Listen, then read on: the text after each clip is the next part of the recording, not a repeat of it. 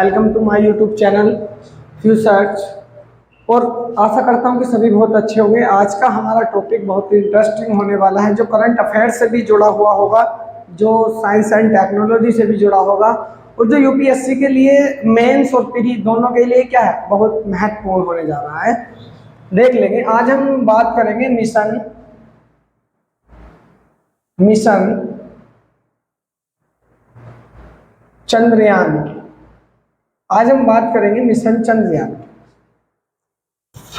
क्योंकि अभी चंद्रयान 3 आपका 14 जुलाई को छोड़ा गया है। तो वो क्यों छोड़ा गया है, क्या उसका कारण है, हम सभी बातों पर क्या करेंगे, डिस्कस करने जा रहे हैं। और उससे किस प्रकार के आपके प्रश्न परीक्षा में बन सकते हैं, उन पर भी हम क्या करेंगे, डिस्कस करेंगे। आइए चलते हैं। पहले देख लेते हैं कि मिशन चंद्रयान का मतलब क्या है। ये जो हमारा एक मिशन है, प्रोग्राम है चंद्रयान, इसमें अभी तक जो 3 मिशन चलाए गए हैं। अभी तक इसमें कितने मिशन चलाए गए हैं? 3। बच्चे यूपीएससी के लिए बहुत ही इंपॉर्टेंट टॉपिक है। बिल्कुल इस पे हम डिस्कस करेंगे किस प्रकार से ये इंपॉर्टेंट है और क्यों, किस प्रकार से। मैं लास्ट में बताऊंगा कि किस प्रकार से इससे प्रश्न आपके बन सकते हैं। सबसे पहला मिशन था चंद्रयान 1, दूसरा था चंद्रयान 2 और तीसरा था चंद्रयान 3, जो अभी कल ही लॉन्च हुआ है 14 जुलाई को। ठीक है। ये क्यों इतना महत्वपूर्ण है, आखिर क्यों हमें जरूरत है, क्यों जरूरत पड़ी इन तीनों ही मिशन को चलाने के लिए, इस प्रकार की जो थॉट है उसको देख लेंगे। इसके पीछे का क्या रीजन है, इसके पीछे क्या कारण क्या है।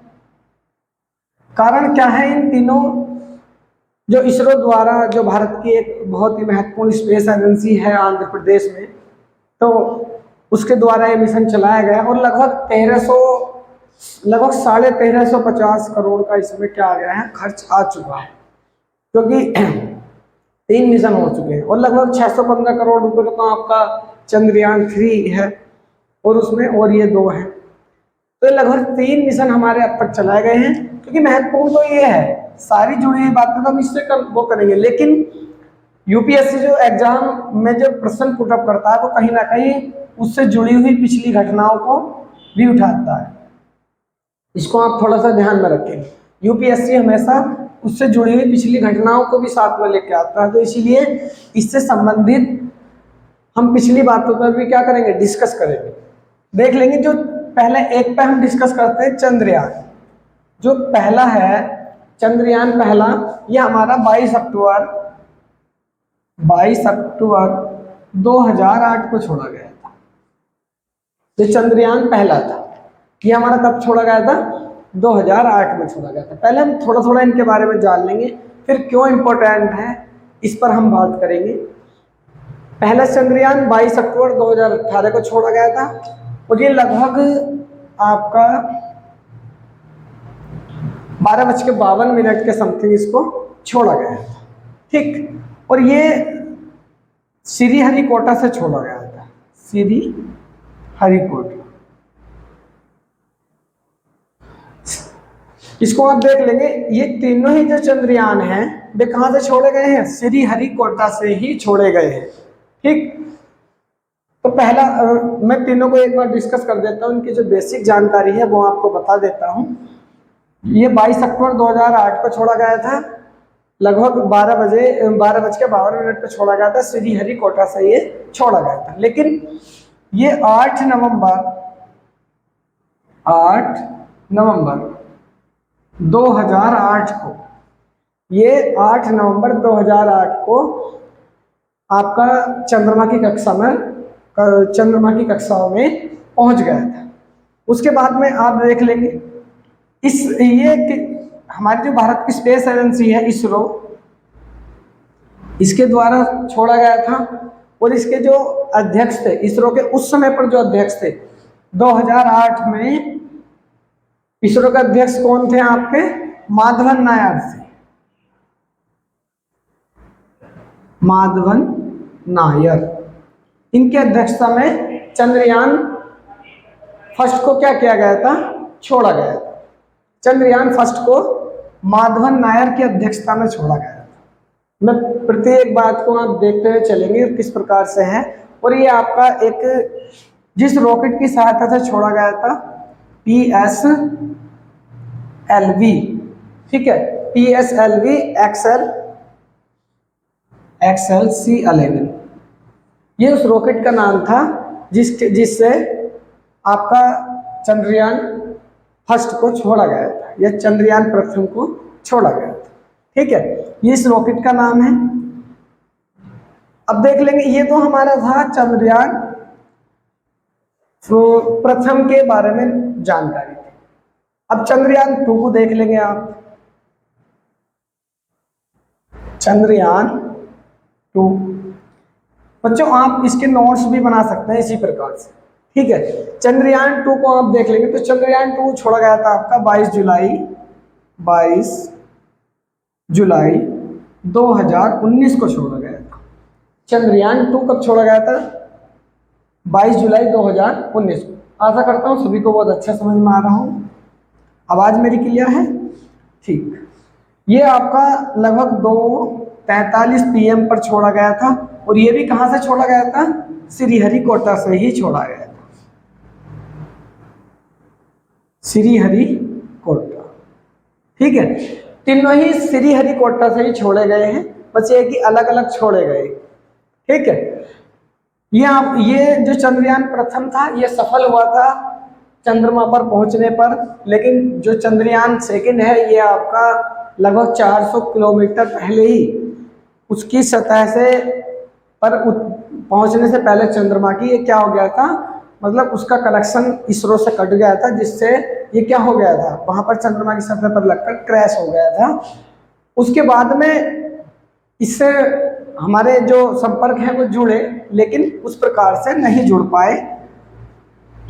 तो इसकी क्या खास बात थी? चंद्रयान 2 भी आपका काफ़ी वो रहा। अब हमने कई सारे प्रयास किए, अब तीसरा हमारा प्रयास है भारत का, तो क्यों ये प्रयास भी क्यों करना पड़ रहा है इसके बारे में भी हम बात करेंगे, ठीक है। अब इसमें आपके के शिवन आपके क्या थे? इसरो के चीफ थे उस समय पर। 2019 में इसरो के चीफ कौन थे? के शिवन, यानी कि इसरो के अध्यक्ष थे। इसरो के चीफ। तीसरी बात पे आप बात करेंगे तो इसमें आपके जो चंद्रयान 2 था इसमें आपका एक तो लैंडर था आपका, और एक था आपका इसमें रोवर। अब ये क्या होते हैं इनको भी समझ लेंगे। लैंडर होता है जो उपग्रह का फर्स्ट पार्ट होता है, जो कहीं भी जिस भी मतलब कह सकते हैं जिस भी ग्रह पर या प्लेनेट पर हम उसको लेकर जाएंगे, जिस पिंड पर लेकर जाएंगे वहां पर क्या होगा? लैंडर होगा जो उसको लैंड कराता है। फिर उसमें से अंदर से एक मशीन और निकलती है, एक रोबोटिक मशीन निकलती है जिसको हम क्या बोलते हैं? रोवर, जो वहां का उस सतह का क्या करेगा? निरीक्षण करती है। जो उस सतह का निरीक्षण करती है उसे रोवर बोलते हैं। तो जो चंद्रयान 2 में लैंडर लगा हुआ था उसका नाम था विक्रम था,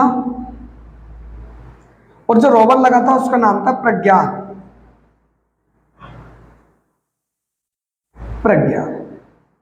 ठीक है। एक इसमें आपका लगा हुआ था क्लास ऑर्बिटर लगा हुआ था, क्लास नाम का एक ऑर्बिटर लगा हुआ था। ऑर्बिटर जो चंद्रमा की जो एक्सरे टाइप इमेज होती है उनको खींचने के लिए लगा हुआ था। अब बीच में आपका विक्रम से थोड़ी सी संपर्क हुआ था इसरो का, लेकिन उसके बाद में चंद्रयान 2 से इसरो का कनेक्शन क्या हो गया? टूट गया था, और उसका पता भी नहीं है, अभी तक भी नहीं पता चल पाया। ऐसा माना जाता है कि वो क्रैश हो गया था, लेकिन क्रैश होने के बाद भी आपका लैंडर से थोड़ा संपर्क हो पाया था इसरो का, लेकिन रोवर और क्लास से अभी तक भी कोई संपर्क नहीं हो पाया। तो अब इसमें जो प्रश्न बनता है, देखो जो पीसीएस के पीसीएस हो या स्टेट पीसीएस हो या यूपीएससी हो, इनके जो प्री में एग्जाम कई बार प्रश्न बनता है वो इस तरह से बनता है कि या तो यहाँ से बन जाएगा चंद्रयान 1, चंद्रयान 2, चंद्रयान 3 और कोई सा दे देगा, और इसमें से भी क्या कर सकता है वो इनके रॉकेट के नाम इनके सामने लिख देगा यहाँ। ठीक है, जो हमारा दूसरा था ये था, इसके रॉकेट का नाम था, मैं यहाँ लिख देता हूँ GSLV, GSLV Mark 3, और इसका था PSLV XLC11। ठीक है, तो यहाँ से वो प्रश्न पूछ सकता है कि निम्नलिखित कथनों पर विचार कीजिए या निम्नलिखित में से सही को सुमेलित कीजिए, इस प्रकार से आपका प्रश्न बना सकता है। कई बार वो यहाँ से इनके नाम लिख देगा, कौन से रॉकेट से छोड़ा गया था, या फिर चंद्रयान प्रथम के समय इसरो के चीफ कौन थे, चंद्रयान सेकंड के समय इसरो के चीफ कौन थे, या चंद्रयान तृतीय के समय पर, या जो तीसरा चंद्रयान थर्ड आपका मिशन है उस समय पर इसरो के चीफ कौन थे। हम इन पर बात करेंगे तीनों पर। ठीक है, आगे देखते हैं। इस प्रकार से ये तो आपका हो गया चंद्रयान 2, ये आपका हो गया चंद्रयान प्रथम। तो ये आपका सफल नहीं हो पाया था, लेकिन ये सफल हो गया था, लेकिन ये चंद्रमा पर गया था, लेकिन चंद्रमा के ध्रुवीय क्षेत्र पर नहीं गया था। अब जो चंद्रयान 3 हम कल लॉन्च किया है भारत ने, जो चंद्रयान 3 भारत ने लॉन्च किया है कल, तो वो क्या है देख लेंगे। ये तो समझ में आ गया किस प्रकार का प्रश्न यूपीएससी में प्री में बन सकता है। ठीक है, मेंस में तो उसको विस्तार से वो पूछ लेगा कि चंद्रयान 3 को समझाओ तथा इस मतलब इसकी क्या क्या मतलब औरों से जो चंद्रयान प्रथम द्वितीय से तुलना कीजिए, ये क्यों बेस्ट है या क्या मतलब। अभी आगे समय भी है यूपीएससी के लिए, तो अभी जब ये चंद्रयान 3 सफल होगा उसके बाद में भी प्रश्न उससे जोड़ा जा सकता है, उसके पिछले इतिहास से उसको प्रश्न को जोड़ा जा सकता है। अब आप देख लेंगे चंद्रयान 3, चंद्रयान 3 को आप देख लेंगे। ठीक है, जो आपका चंद्रयान 3 है ये 14 जुलाई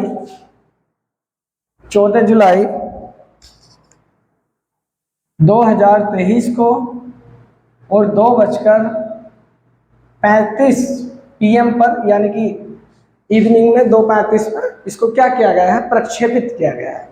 ठीक है, ये किसके द्वारा हुआ है प्रक्षेपित, इसको देख लेंगे LBM 3-M4, ये इसके रॉकेट का नाम है बच्चों। किस रॉकेट से छोड़ा गया है, ये इसके रॉकेट का नाम है। ठीक है, ये इसके रॉकेट का नाम है, और लगभग इसमें 615 करोड़ रुपए का क्या आया है, खर्च आया है। और इसमें भी आपके क्या है, रोवर लगे हुए हैं और लैंडर लगे हुए हैं। अब इससे संबंधित ये तो थे हमारा चंद्रयान प्रथम द्वितीय तृतीय, ये तीनों चंद्रयान के बारे में हो गया। अब देखते हैं ये जो चंद्रयान 3 है इसको चंद्रमा के ध्रुवीय क्षेत्र पर उतारा जाएगा, ध्रुवीय क्षेत्र पर। इसको कहाँ उतारा जाएगा, चंद्रमा के ध्रुवीय क्षेत्र पर। अब इसको क्यों, आखिरकार क्या जरूरत है यहाँ पहुंचने की, इस बारे में हम बात करेंगे। क्योंकि चंद्रमा का अगर जो हम चंद्रमा को देखें इस प्रकार से, तो चंद्रमा लगभग 1.5 डिग्री क्या है, अपने अक्ष पर क्या है, झुका हुआ है। और पृथ्वी कितने पर झुकी हुई है, 23.5 डिग्री। अगर जो इसका इक्वेटर है, चंद्रमा का क्या है, इक्वेटर है, इसको 2 भागों में डिवाइड किया जाए तो ये लगभग आपका 1.5 डिग्री क्या है, झुका हुआ है। जिस वजह से जो सूर्य है, सूर्य से जो प्रकाश है वो इसके ध्रुवीय क्षेत्र तक नहीं पहुंच पाता। ठीक है, तो हम कहाँ, और हम इसी वजह से ये जो क्षेत्र है यहाँ पर क्या है, ये जो छायाग्रस्त क्षेत्र है, यानी कि यहाँ पर प्रकाश नहीं है।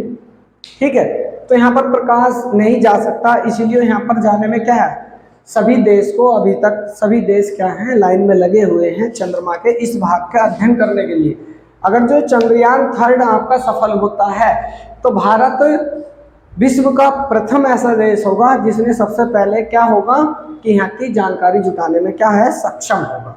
तो यहाँ पर ग्लोबल लेवल पर भी भारत की क्या होगी, एक स्पेस स्पेस के फील्ड में भी भारत का क्या होगा, बहुत बड़ा योगदान होगा, जिससे भारत विश्व में गर्वान्वित महसूस करेगा। तो इसकी इसलिए क्या किया जा रहा है, इसको छोड़ा जा रहा है। लेकिन ये तो है ही, अगर जो कोई भी व्यक्ति हो या कोई देश हो, अगर जो टेक्नोलॉजी के क्षेत्र में या इम्पोर्टेंट कोई भी कार्य करता है तो उसके लिए तो वो बेनिफिट की बात है ही। लेकिन यहाँ इसका जो अध्ययन है वो करना क्यों जरूरी है? ध्रुवों का अध्ययन, इसके जो साउथ दक्षिणी ध्रुव पर हम जाएंगे, ये जो चंद्रयान 3 है वो कहाँ जाएगा, चंद्रमा के दक्षिणी ध्रुव पर जाएगा। अब देख लेंगे दक्षिणी ध्रुव पर आखिरकार क्यों कठिन है और अब तक लोग कोई देश क्यों नहीं पहुंच पाया। नासा जैसी स्पेस एजेंसी भी अभी तक चंद्रमा के दक्षिणी ध्रुव पर नहीं पहुंच पाई। तो उसका क्या कारण है? जो दक्षिणी ध्रुव है, चंद्रमा का ध्रुवीय क्षेत्र, चंद्रमा का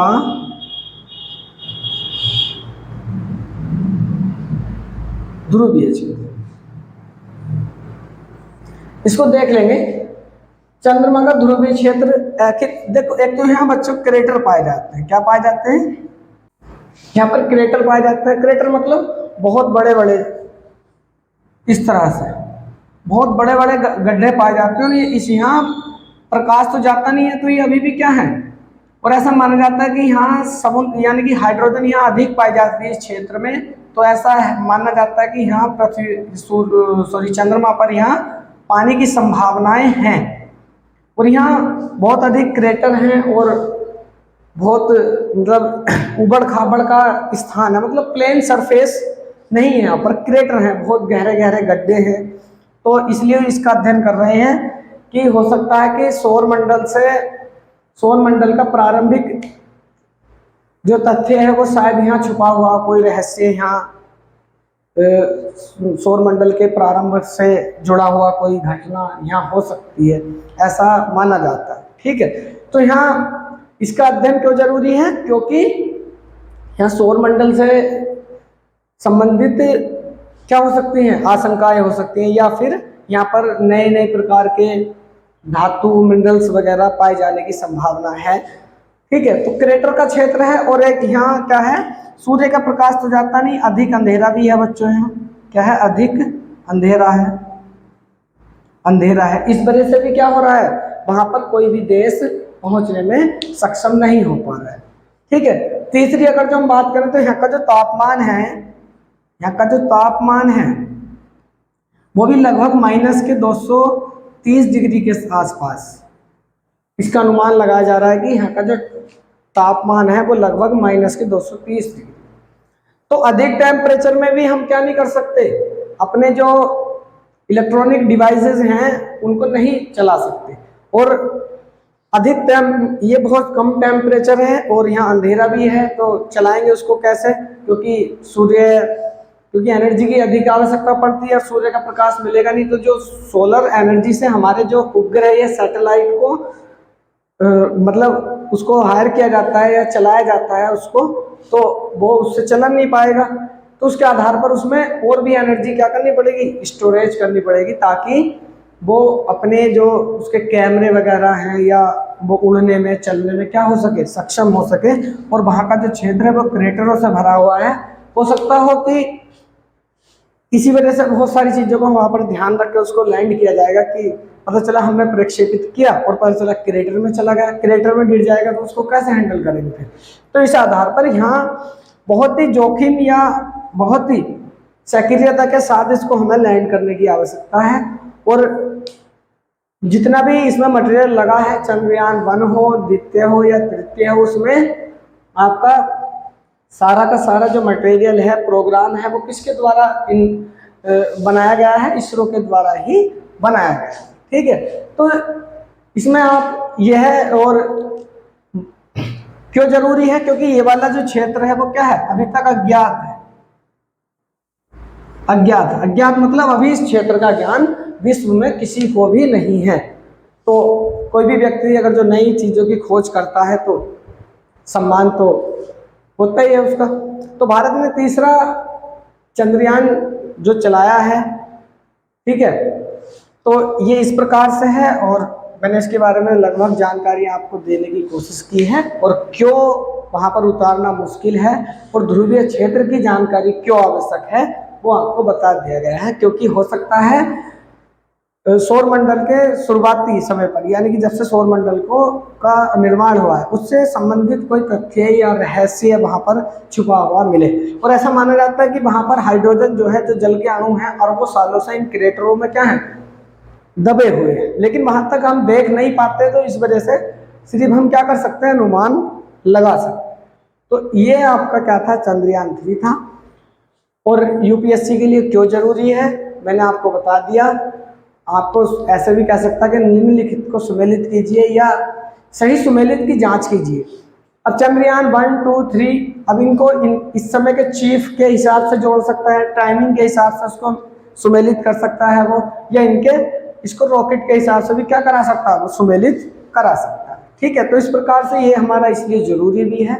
ये हमारा जो जीएस का पेपर नंबर 3 है आपका, साइंस एंड टेक्नोलॉजी वाला, तो उसमें क्या होगा, ये बहुत ही इम्पोर्टेंट है, इसलिए इसको आशा करता हूँ कि इसको समझ लेंगे।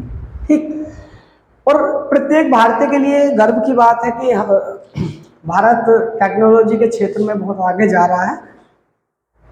Thank you.